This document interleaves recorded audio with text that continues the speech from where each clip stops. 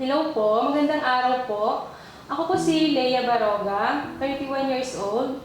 Nag-diagnose po ako ng breast cancer noong July 2023. Okay lang sa awa ng Diyos po ay okay naman po ako kahit na nagkaroon ako ng cancer ay malakas naman po ang aking pangatawan.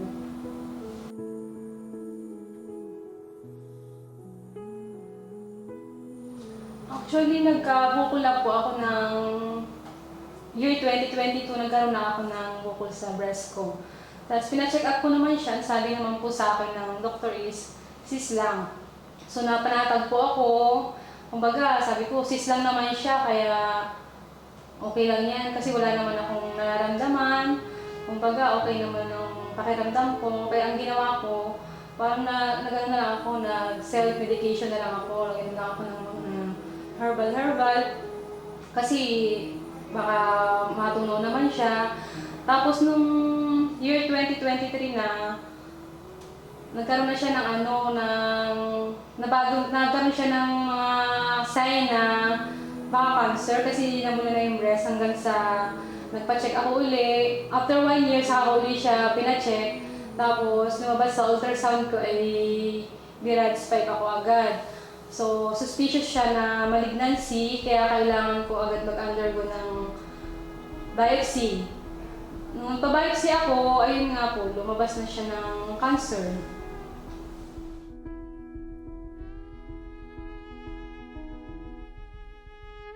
Actually, hindi ko po talaga alam itong Calamba Cancer Center kasi taga Manila pa po ako. May isang warrior na nag-share. Sinare itong hospital na ito na nag-o-offer daw sila ng no balance billing. Siyempre dahil simpleng mamamayan lang naman po ako, kumbaga wala akong sapat na halaga para tustusan yung gamutan ko. Kaya ang ginawa ko po, nag-inquire po ako dito, baka sakali po ako na mapasama ko sa programa po nila.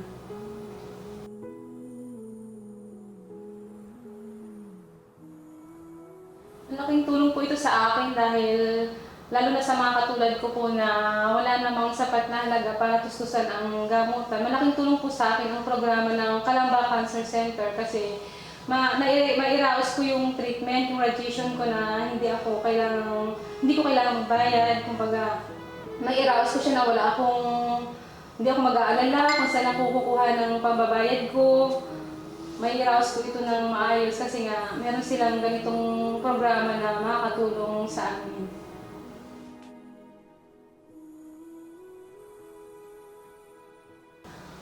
Acceptance. So, mas maganda po na tanggapin natin kung ano man yung pagsubok na binigay sa atin kasi mas madali natin siyang mapagtatagumpayan. Tsaka isurrender lang po natin lahat kay God kasi kapag sinurrender natin sa Kanya lahat, siya ang kikilos para po sa atin.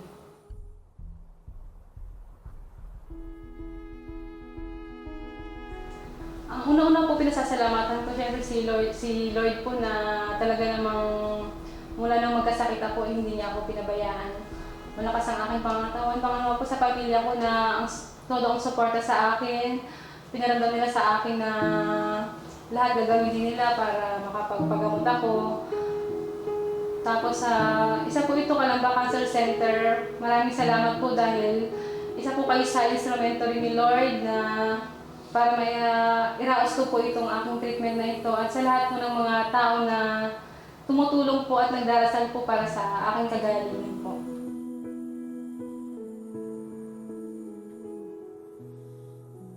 May recommend ko po itong Calamba Cancer Center sa ibang warrior dahil bukod sa napakababait po ng staff nila, maalaga din po sila sa mga pasyente.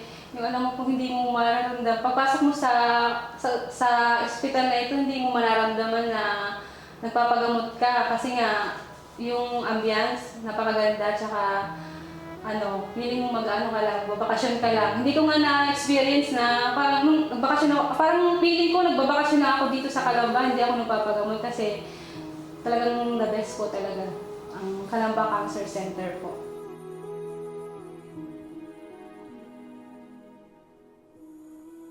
Okay po, ang may papayo ko po sa mga katulad kong dumaraan sa ganitong klaseng pagsubok, ano lang po, pray lang tayo kay God kasi hindi natin, kumbaga hindi naman natin hawak ang buhay natin.